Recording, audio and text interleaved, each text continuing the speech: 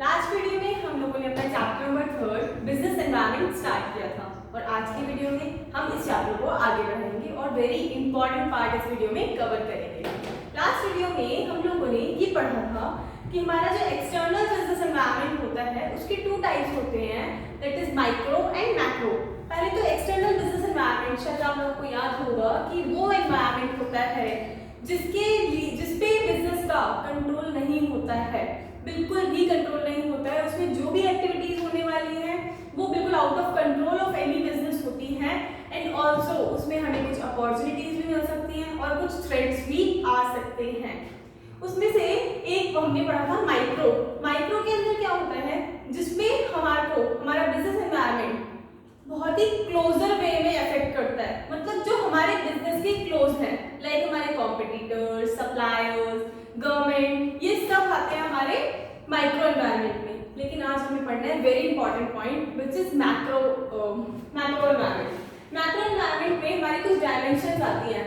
Dimensions means ये हमारा business और इसके आसपास की चीजें, जो इसके आसपास की चीजें, हमें इन सबको एनालाइज करना है सो दैट हमारा ये जो बिजनेस है ये सेफ रहे। तो ये कैसे हो सकता है, जब हमें ये जितनी भी डायमेंशंस ऑफ बिजनेस है इनका बहुत अच्छे से ज्ञान होगा, इनके बारे में अच्छे से पता होगा, इनको हम फ्यूचर को पहले से ही फोरसी कर लेंगे, पहले से ही फोरकास्ट कर लेंगे, तो हमें इसमें कोई प्रॉब्लम नहीं आएगी। तो अभी मैंने क्या बोलते हैं, डायमेंशंस भी बोलते हैं, बिजनेस डायमेंशंस। तो इसके 5 पार्ट होते हैं, जिसका मैंने क्लास टाइम न्यूमोनिक भी आप लोगों को बताया था, दैट इज पेस्टले। पेस्टले के अंदर PESTL और एक E भी होता है जो आप हायर क्लासेस में पढ़ेंगे, अभी आपके कोर्स में नहीं है। तो अभी हम सिर्फ पेस्टल पढ़ेंगे, पेस्टले नहीं पढ़ेंगे। तो पेस्टल के अंदर हम क्या क्या पढ़ने वाले हैं, फर्स्ट है पॉलिटिकल। पॉलिटिकल क्या होता है आप लोगों को भी पता होगा, which is related to government, related to government, government से रिलेटेड उनकी पॉलिसीज, उनके रूल्स एंड रेगुलेशंस, उनकी जो भी चीजें गवर्नमेंट की नोटिफिकेशंस आती हैं वो सभी पॉलिटिकल एनवायरनमेंट में फॉल करती हैं। हमें पता होना चाहिए कि अगर गवर्नमेंट की कोई पॉलिसी आई है तो उसका बिजनेस पे क्या इफेक्ट पड़ेगा और हमें उस सिचुएशन में कैसे टैकल करना है। तो ये आता है पॉलिटिकल एनवायरनमेंट में। इस टॉपिक पे हमारे पास एग्जाम में केस स्टडीज आएंगी, जिसमें आपको कुछ सिचुएशंस दी जाएगी और पूछा जाएगा कि इसमें कौन सा बिजनेस एनवायरनमेंट इफेक्ट हो रहा है, आंसर, और आपको बताना होगा कि वो पॉलिटिकल है, इकोनॉमिकल है, सोशल है, लीगल है, टेक्नोलॉजिकल है। हमारे को ऐसे केस स्टडीज एग्जाम में जरूर मिलने वाली हैं और ये बहुत आसान है, बस हमें पहचानना है कि उसका नेचर क्या है, पॉलिटिकल है, लीगल है, टेक्नोलॉजिकल है, सोशल है या इकोनॉमिकल है। तो एक हमारा पॉलिटिकल अच्छे से समझ में आ गया, which is related to government. उसके बाद आता है इकोनॉमिकल। इकोनॉमिकल तो बहुत ही आसान है, आपने इतना सब्जेक्ट भी पढ़ा है इकोनॉमिक्स, तो इकोनॉमिक्स में जो भी पढ़ा है ना वो सब इसके अंदर आ जाएगा, like demand, supply, national income,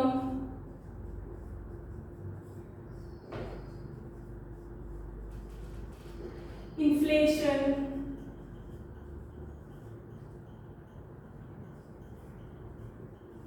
deflation वगैरह जितनी भी चीजें हैं, इनकम, एक्सपेंडिचर्स, आपके सेविंग्स, सब कुछ इसमें आएगा।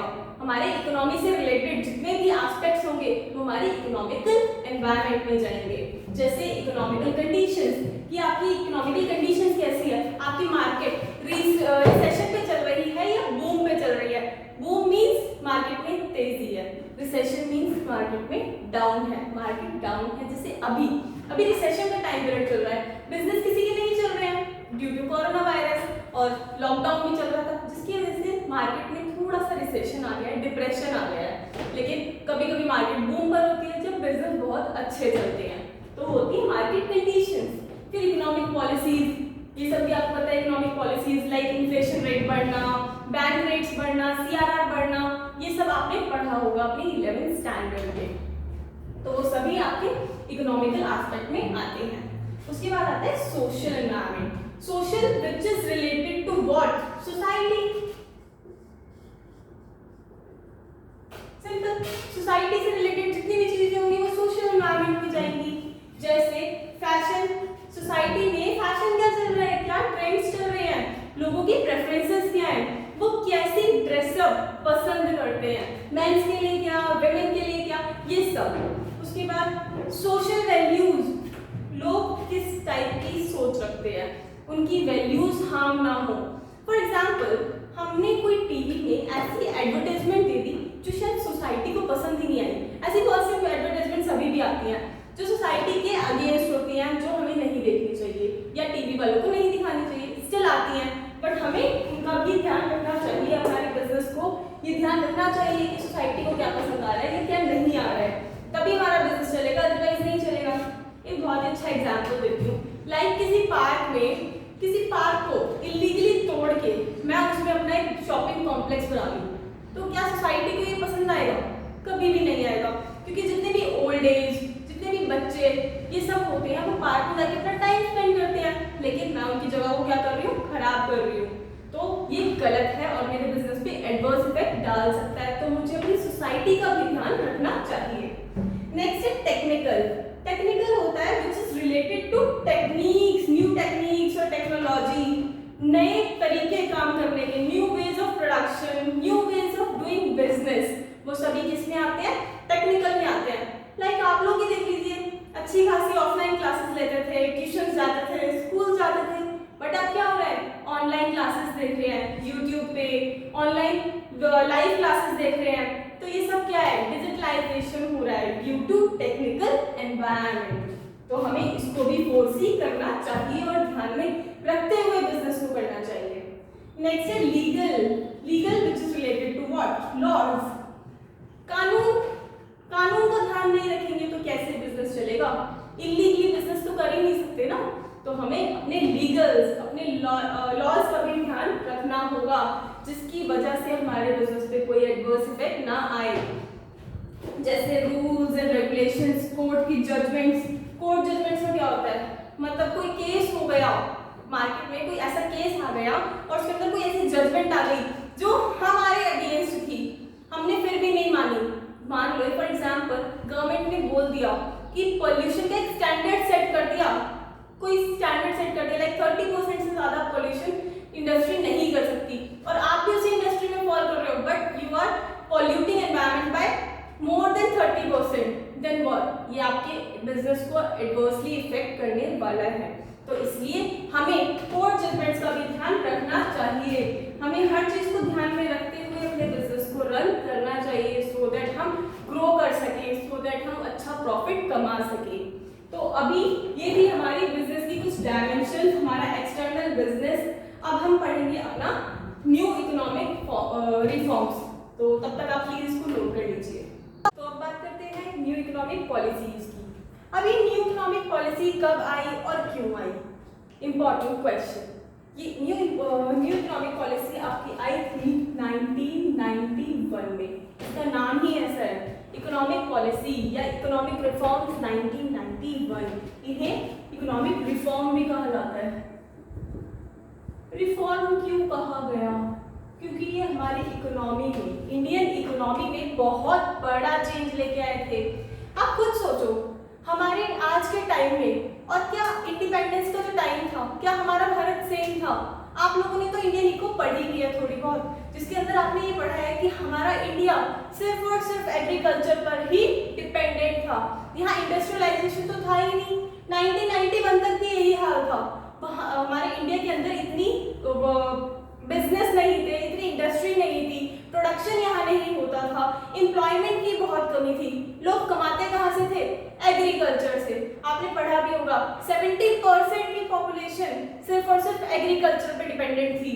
तो उसके बाद क्या हुआ 1991 में? ऐसा गवर्नमेंट क्या लेके आई कि इंडिया की डेवलपमेंट होनी स्टार्ट हो गई, यहाँ इंडस्ट्रियलाइजेशन हो गया। क्या लेके आई गवर्नमेंट? ऐसा गवर्नमेंट लेके आई LPG policy. LPG policy. Ma'am LPG क्या? जो हम किचन में गैस यूज करते हैं वो? नहीं नहीं नहीं नहीं, ये वो नहीं है। ये एक निमोनिक है। किसका? Liberalisation, privatisation and global globalisation का। L means liberalisation, P means privatisation and G means globalisation. अब इसमें हुआ क्या? लिबरलाइजेशन का मतलब होता है लिबरल, शायद कुछ बच्चों को मीनिंग भी पता होगा। लिबरल मीन्स चीजों को रिलैक्स करना, थोड़ा सा उन्हें इजी बना देना, मेक इजी, मेकिंग इजी। अगर हम वर्ड्स के मतलब नहीं समझ ले तो हमें टॉपिक्स क्लियर हो जाते हैं। मैम इसमें क्या इजी बनाया था गवर्नमेंट ने? हमारे इंडिया के अंदर बहुत ज्यादा ट्रेड पर और बिजनेस पे लाइसेंसेस की नीड होती थी। हमारे इंडिया में इजी नहीं था इंडस्ट्रीज सेटअप करना, फैक्ट्रीज लगाना आसान नहीं था, बहुत सारे लाइसेंसेस की जरूरत यहाँ पड़ती थी जिनकी कोई जरूरत ऐसा थी नहीं, बट गवर्नमेंट ने लगा रखे थे। अब गवर्नमेंट ने लगाए हैं तो फुलफिल भी करने पड़ेंगे।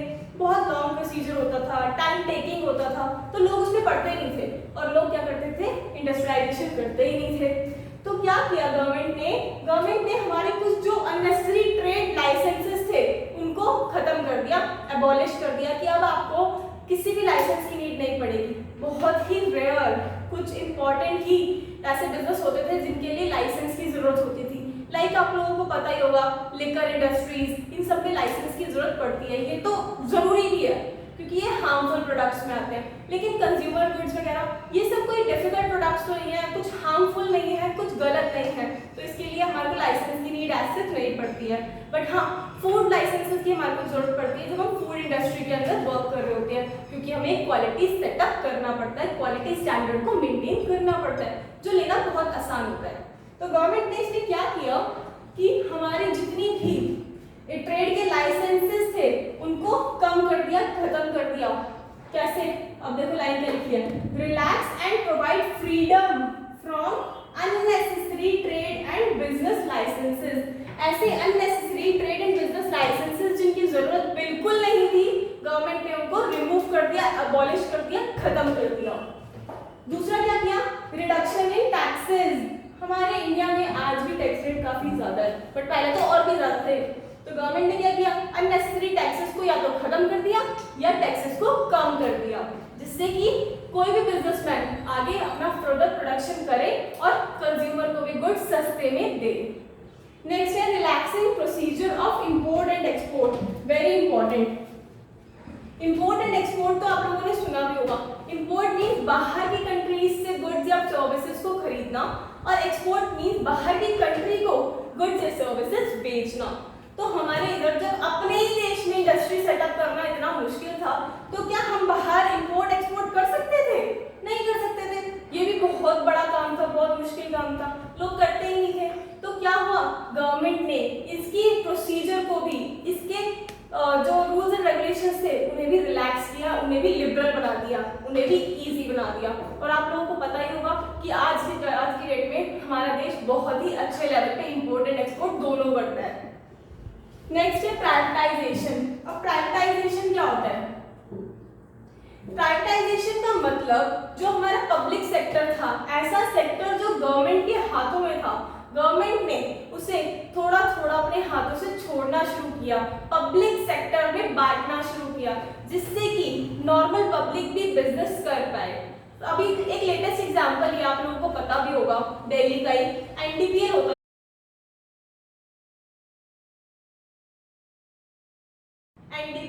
एनडीपीएल आपने सुना ही होगा कि गवर्नमेंट ने अपना एक जो एनडीपीएल सेक्टर था, दिल्ली का इलेक्ट्रिसिटी सेक्टर, उसे सेल कर दिया। और किसको सेल कर दिया? टाटा पावर को सेल कर दिया। उससे क्या हुआ? हमारी सर्विसेज अच्छी हो गई। पहले लाइट बहुत जाती थी, अब लाइट बहुत कम जाती है। इससे कंपनीज का क्या होता है? मैनेजमेंट अच्छा हो जाता है और लोगों को एम्प्लॉयमेंट भी मिल जाता है। तो प्राइवेटाइजेशन में क्या हुआ? हमारा जो रोल था पब्लिक सेक्टर का वो तो कम हो गया, और जो रोल था प्राइवेट सेक्टर का वो बढ़ा दिया गया। नेक्स्ट क्या किया? इंप्रूव किया मैनेजमेंट ऑफ एंटरप्राइजेस। अगेन कोई एंटरप्राइजेस को मैनेज करना शुरू किया। अब जैसे आप लोग की डीटीसी बसेस में ट्रैवल शायद करते होंगे या किसी ने किया होगा, इसमें क्या होता है? हमारा जो डीटीसी सेक्टर है ये ऑब्वियसली गवर्नमेंट है और ये लॉसेस में है, हैवी लॉसेस में। गवर्नमेंट इसको सेल नहीं कर सकती। क्यों नहीं कर सकती? क्योंकि अगर इसको प्राइवेट कर दिया तो ये बहुत ज्यादा फेयर लेने लग जाएंगे, और अगर ज्यादा ही फेयर पे करना है तो आप ओला एंड उबर का यूज करो ना, डीटीसी का यूज क्यों करना है? तो गवर्नमेंट कई बार अपने लॉसेस को भी बियर करती है सो दैट जनरल पब्लिक को प्रॉब्लम ना हो, उन्हें फायदा पहुंचाया जा सके। नेक्स्ट है इंक्रीजिंग कंपटीशन। गवर्नमेंट ने कंपटीशन कैसे इंक्रीज किया? कंपटीशन तो अपने आप ही इंक्रीज हो गया। पहले सिर्फ गवर्नमेंट के हाथों में था इंडस्ट्रियलाइजेशन, इंडस्ट्रियल जो हमारा सेक्टर था सिर्फ गवर्नमेंट के हाथ में था। अब क्या हुआ, उसे प्राइवेट सेक्टरों के भी हाथ में दे दिया और मार्केट में कंपटीशन इंक्रीज कर दिया। इससे लोगों का लाइफस्टाइल भी चेंज हुआ और क्या हुआ, एम्प्लॉयमेंट भी जनरेट हुआ, स्टैंडर्ड ऑफ लिविंग बढ़ गया। नेक्स्ट जो पॉलिसी थी वो थी ग्लोबलाइजेशन की। ग्लोबलाइजेशन क्या होता है? ग्लोब से समझ सकते हैं आप उसको, ग्लोब जिसके अंदर सारी कंट्रीज का मैप दिखता है हमें। ग्लोब होता है ना, गोल गोल अर्थ जैसा। तो ग्लोबलाइजेशन में क्या किया? ग्लोबलाइजेशन में गवर्नमेंट ने इंडिया को एक ओपन इकोनॉमी, एक ओपन मार्केट बना दिया कि इंडिया से भी माल खरीदा बेचा जा सकता है।